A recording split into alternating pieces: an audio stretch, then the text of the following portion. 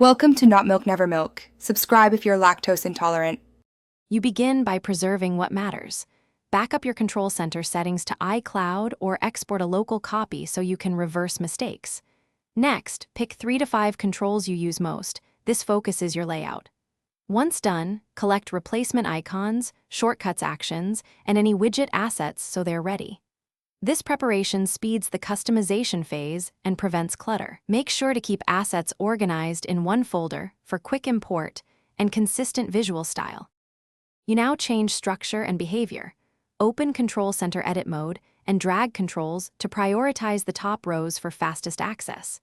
Then swap default icons for one-sized images that share a consistent palette so your center looks unified.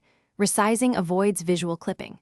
Once arranged, connect shortcuts to controls, setting triggers, and optional confirmations for safety.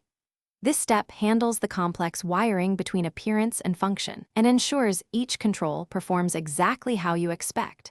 You finish by rigorously testing every control, tapping them in sequence to confirm speed, permissions, and expected behavior.